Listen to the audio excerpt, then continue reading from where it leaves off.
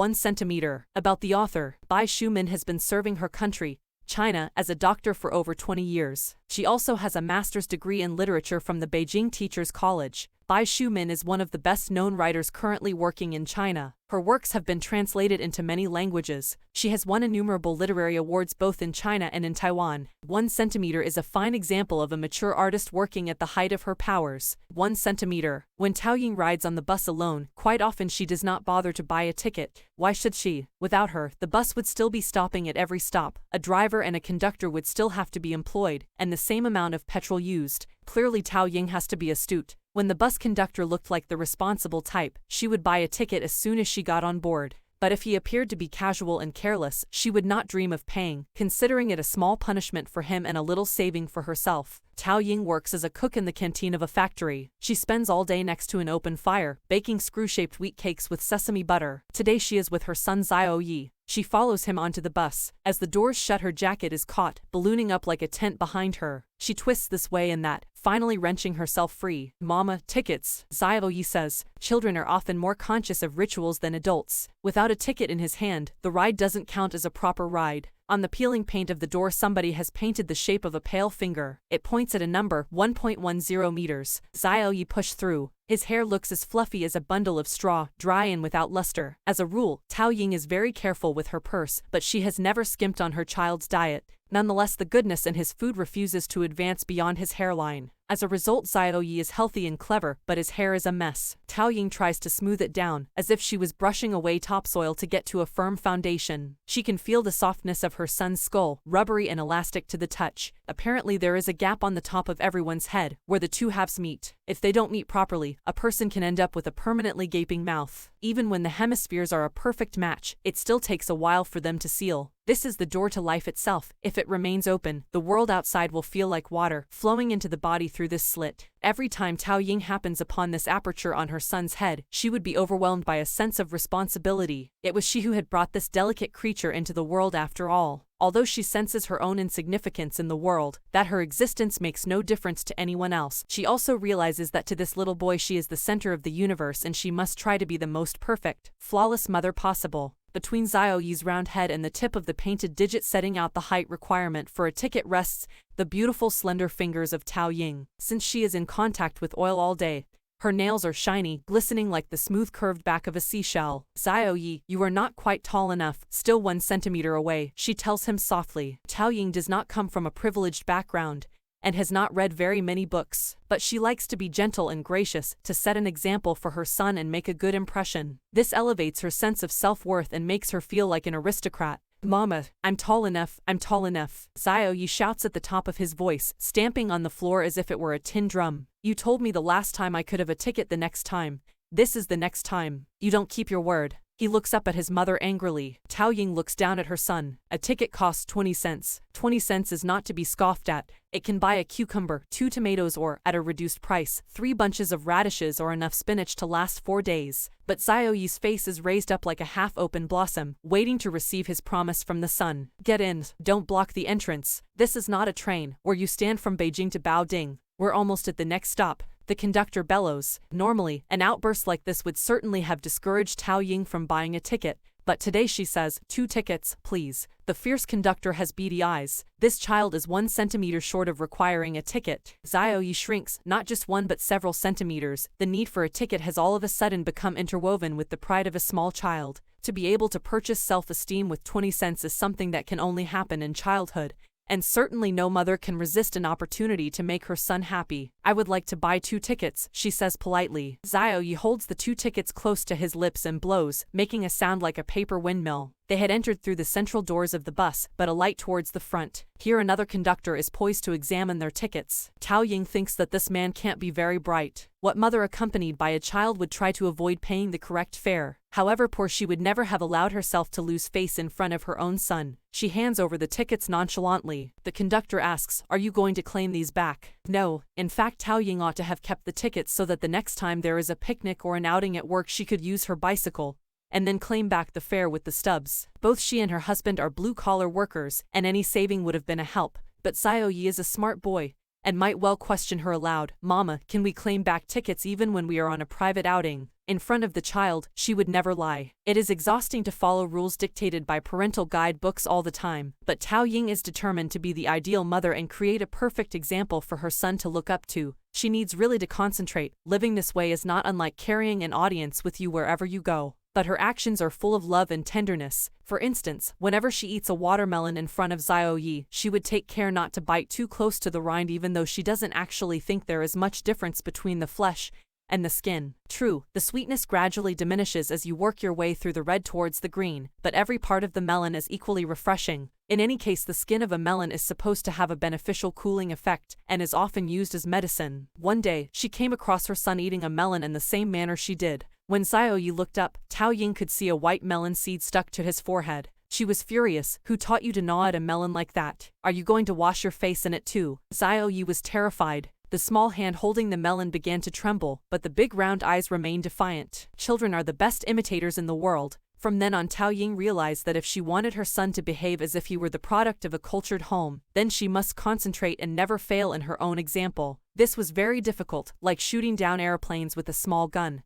But with determination, she knew that nothing was impossible. With this clear objective in mind, Tao Ying found her life becoming more focused, more challenging. Today she is taking Xiao Yi to visit a big temple. He has never seen the Buddha before. Tao Ying is not a believer and she does not intend to ask him to kowtow. That is superstition, she knows. The tickets cost $5 apiece. These days even temples are run like businesses. Tao Ying's ticket was a gift from Lao Chang, who worked at the meat counter. The ticket was valid for a month, and today was the last day. Lao Chang was one of those people who seemed to know everybody. Occasionally he would produce a battered coverless month-old magazine and say, "Seen this before." This is called the big reference, not meant for the eyes of the common people. Tao Ying had never seen anything like this before and wondered how such a small rag, smaller even than a regular newspaper, could be called a big reference. She asked Lao Chang, but he seemed confused. He said everybody called it that. Perhaps if you were to take out the pages and laid them flat they would end up bigger than a normal newspaper. It seemed to make sense. Studying this publication written in large print, Tao Ying could see that it was full of speculation about the war in the Middle East. Foremost on everyone's mind seemed to be whether the export of dates from Iraq to China would continue as it did in the 60s during the famine. In any case, Tao Ying was full of admiration for Lao Chang. In return for her indiscriminate respect, Lao Chang decided to reward her with a ticket for the temple. "Is there just the one?" Tao asked, not without gratitude but with some uncertainty. "Forget your husband, take your son and open his eyes. Children under 110 centimeters do not need a ticket. If you don't want to go, sell it at the door and you'll earn enough to buy a couple of watermelons." Lao Chang had always been a practical man. Tao Ying decided to take the day off and go on an outing with Xiao Yi. It is rare to find such a large patch of grass in the middle of the city. Even before they got there was something refreshing, something green in the air, as if they were approaching a valley or a waterfall. Xiao Yi snatches the ticket from his mother's hand, puts it between his lips, and flies towards the gilded gates of the temple. A little animal rushing to quench his thirst. Tao Ying suddenly feels a little sad. Is the mere attraction of a temple enough for Xiao Yi to abandon his mother? But almost immediately she banishes the thought. Hasn't she brought her son here today to make him happy? The guard at the gate is a young man dressed in a red top and black trousers. Tao Ying feels somehow that he ought to have been in yellow. This uniform makes him look somewhat like a waiter. Xiao Yi knows exactly what he has to do. Moving amongst the crowd, he seems like a tiny drop of water in the current of a large river. The young man takes the ticket from his mouth, plucking a leaf from a spring branch. Tao Ying's gaze softly envelopes her son, a strand of silk unwinding towards him, following his every gesture. "Ticket." The youth in red bars her way with one arm, his voice as pithy as if he was spitting out a date stone. Tao Ying points at her son with infinite tenderness. She feels that everybody should see how lovely he is. "I am asking for your ticket." The red youth does not budge. "Didn't the child just give it to you?" Tao Ying's voice is peaceful. This boy is too young, years away from being a father, she thinks. Tao Ying is not working today and is in a really good mood. She is happy to be patient. "That was his ticket, now I need to see yours." The youth remains unmoved. Tao Ying has to pause for a moment before it sinks in. There are two of them and they need a ticket each. "I thought that children were exempt." She is confused. "Mama, hurry up." Xiao Yi shouts to her from inside the doors. "Mama is coming." Tao Ying shouts back. A crowd is beginning to gather, so many fishes swarming towards a bright light. Tao Ying starts to panic. She wants this fracas to end. Her child is waiting for her. "Who told you he doesn't need a ticket?" The guard tilts his head. "The more onlookers the better. It says so on the back of the ticket." Exactly what does it say? This boy is obviously not a professional. It says that children under 110 centimeters do not have to pay. Tao Ying is full of confidence. She moves to pick up one of the tickets from a box next to the guard and reads out what is printed on the back for all to hear. Stop right there. The youth has turned nasty. Tao Ying realizes she should not have touched the box and quickly withdraws her hand. So you are familiar with the rules and regulations, are you? Now the young man addresses her with the formal you. Tao Ying detects the sarcasm in his tone, but she simply nods. Well, your son is over 110 centimeters, he says with certainty. No, he isn't. Tao Ying is still smiling. Everybody begins to look at the mother with suspicion. He just ran past the mark. I saw it clearly. The guard is equally firm, pointing at a red line on the wall which looks like an earthworm inching across the road after a rainstorm. Mama, why are you taking so long?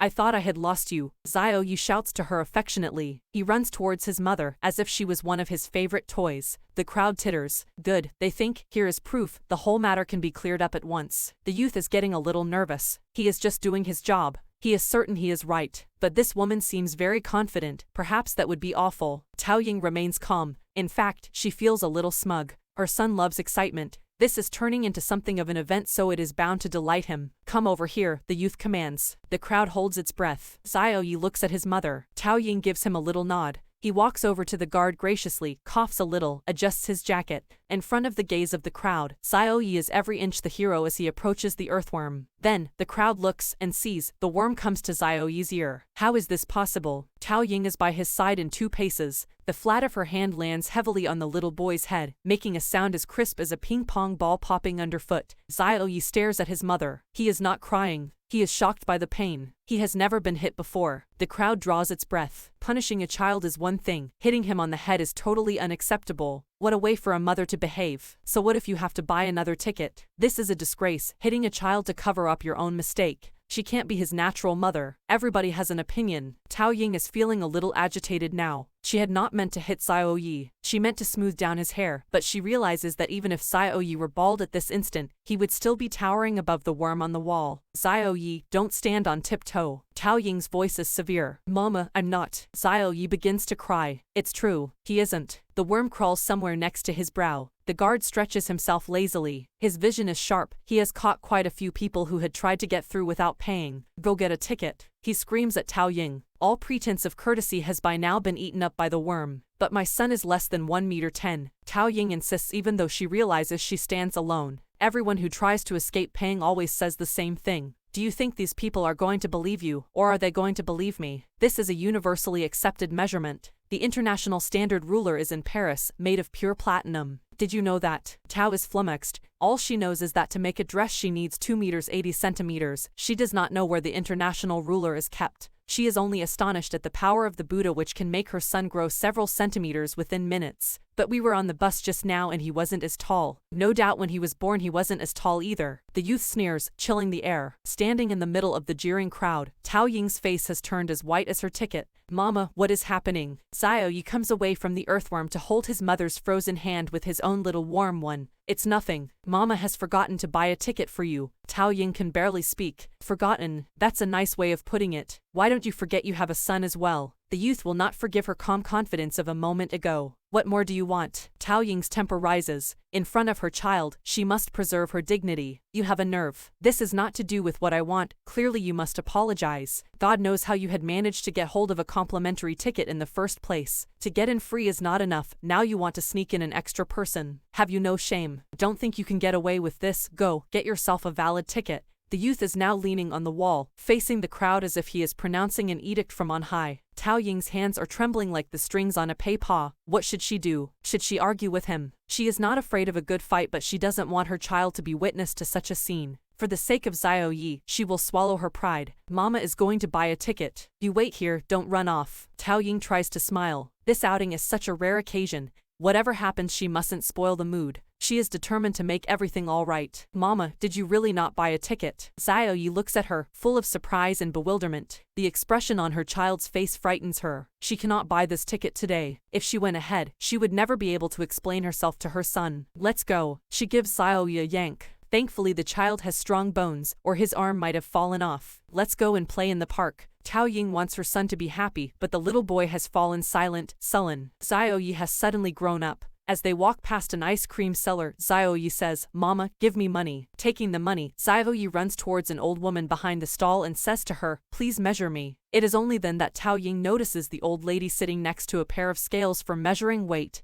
and height. The old woman extends with difficulty the measuring pole, pulling it out centimeter by centimeter. She strains to make out the numbers, 1 meter 11. Tao Ying begins to wonder if she has encountered a ghost, or is her son beginning to resemble a shoot of bamboo, growing every time you look at him. Something moist begins to glisten in Xiaoyi's eyes. Leaving his mother behind and without a backward glance, he starts to run away. He trips. One moment he is in the air, taking flight like a bird, another and he has dropped to the ground with a heavy thud. Tao Ying rushes over to lend a hand, but just as she is about to reach him, Xiaoyi has picked himself up and is off again. Tao Ying stops in her tracks. If she gives chase, Xiaoyi will only keep falling. Watching her son's vanishing silhouette, her heart begins to break. "Xiaoyi, aren't you going to look back at your mother?" Xiaoyi runs for a long time and eventually comes to a halt. He throws a quick glance backwards to find his mother, but the moment he can see her, he takes off once more. Tao Ying finds the whole incident incomprehensible. She wanders back to the old woman and asks politely, "Excuse me, these scales shoot up, but don't forget when he is tall, that means you'll be old." "Mine are flattering scales," the old woman explains kindly, but Tao Ying remains baffled.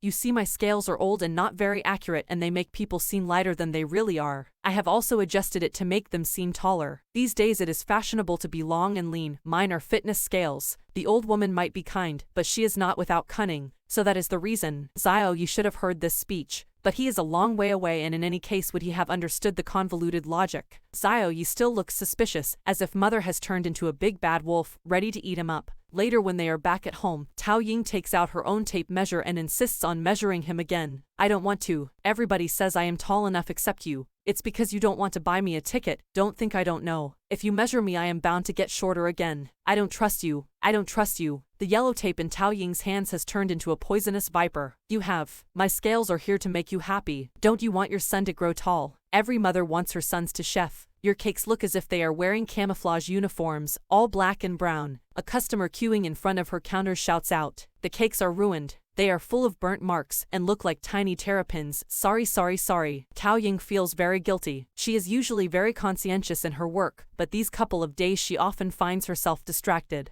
She must rescue the situation. At night, after Xiaoyi has gone to sleep, Tao Ying straightens his little legs so that he is lying as flat as a piece of newly shrunken fabric. Tao Ying then stretches her tape from the soles of his feet to the top of his head, 1 meter 9 centimeters. She decides to write a letter to the administrators at the temple. She picks up her brush but suddenly realizes that this is harder than she thinks. Seeing her deep in thought with knitted brows, her husband says, "So what do you imagine might happen even if you wrote to them?" He is right. She doesn't know if anything would come of it. But in order to melt the ice in her son's eyes, she must do something. At last the letter is done. There is a man in the factory nicknamed the Writer. People say he has had some small articles published at the back of a news rag once. Tao Ying finds him and respectfully offers up her literary work. This sounds like an official communication. Not lively enough, not moving. The writer traces the letter with his nicotine-stained fingers. Tao Ying doesn't know what an official communication is, but she detects a tone of dissatisfaction in the scholar's voice. She looks at the lines he is pointing to and nods in agreement. "What you need to do is this. You must open with a strong and righteous claim, followed by a passage of stunning originality so that your work stands out and grabs the attention of the editor. This would make him pick it out of a large pile on his desk.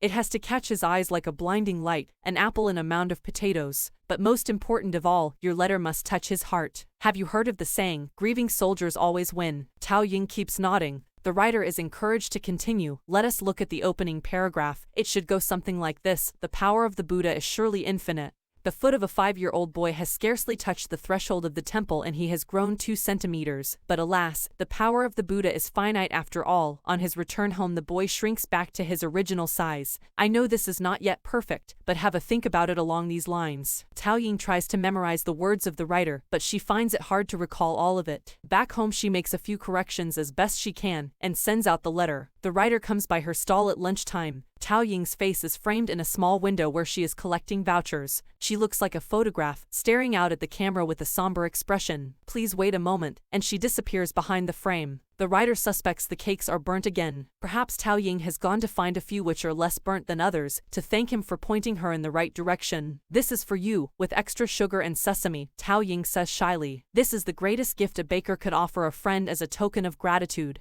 Then comes the long wait. Tao Ying looks through the newspapers every day, reading everything from cover to cover, including small classified advertisements for videos. In the meantime, she would listen to the radio, imagining that one morning she will hear her own letter read out by one of those announcers with a beautiful voice. Afterwards, she would go down to the post office, in case the administrative department of the temple has replied to her letter, apologizing for their misdeed. She has imagined 100 different scenarios, but not what actually happens. The days have been like the white flower she works with, one very much like another. Xiao Yi appears to have recovered from the ordeal, but Tao Ying firmly believes that he has not really forgotten. Finally, one day, she hears a question. Which way is it to Comrade Tao's home? I know, I'll take you. Xiao Yi excitedly shows two elderly gentlemen in uniform through the front door. Mama, we have visitors. Tao Ying is doing the laundry, immersed in soap up to her armpits. We are from the administrative office at the temple. The local newspaper has forwarded your letter to us and we have come to ascertain the truth. Tao Ying is very nervous and somewhat depressed, chiefly because her house is very messy and she has not had the time to tidy up. If they think that she is prone to laziness, they might not believe her. Xiao Yi, why don't you go out to play? In Tao Ying's fantasies, Xiao Yi would be in the room to witness the revelation of the truth. Now that the moment has finally arrived, she feels uncomfortable having him there. She cannot predict what will happen. These are after all the people who employed the youth in red, so how reasonable can they be? The younger of the two speaks. We have investigated the matter with the party concerned, and he insisted he was in the right. Don't tell the boy to leave, we want to measure him. Xiao Yi obeys and stands next to the wall. The white of the wall looks like a virgin canvas and Xiao Yi a painting filling up the space. He leans tightly against the wall as if the act of measuring his height has once again stirred up some terrifying memory in the recesses of his mind. The men are very serious. First of all, they draw a bold line across the wall from the top of Xiao Yi's head. Then they take out a metallic tape and take the measurement from the line to the floor. The metal of the tape glistens like a flowing stream in sunlight. Tao Ying regains her calm. What does it say? 1 meter 10. Just so, the younger man answers. This is not just so. There was a delay of 1 month and 9 days before you came. A month ago he wasn't this tall. The two officials look at each other. This is a statement they cannot refute. They produce a $5 bill from a pocket. The note pokes out of an envelope. They have evidently come prepared. Before they left the temple, they must have checked the height of the earthworm and realized it was not drawn accurately. The other day you and your son were unable to enter. This is a small token to redress the situation. This time it is the elder of the two gentlemen who speaks. His demeanor is kind, so he must be the more senior of the two. Tao Ying remains still. That day's happiness can never be bought again. If you don't want the money, here are 2 tickets. You and your son are welcome to visit the temple any time. The younger man is even more polite. This is a tempting proposition indeed. But Tao Ying shakes her head. To her son, that place will always be associated with unhappy memories now. So which would you prefer? Both men ask in unison. In fact, Tao Ying is asking herself the same question. She is gracious by nature. If the youth in red had come in person to apologize today, she would not have made him feel awkward. So what is it that she wants? She shoves Xiao Yi in front of the 2 elderly officials. Say Grandpa, she tells him. Grandpa, Xiao Yi sounds infinitely sweet. Dear leaders, please take back the money and the tickets. Kindly do not punish the guard on duty. He was only doing his job. The 2 officials are puzzled. Tao Ying nudges Xiao Yi closer. Gentlemen, would you be so kind as to explain to my son exactly what happened on that day? Please tell him that his mother has not done anything wrong.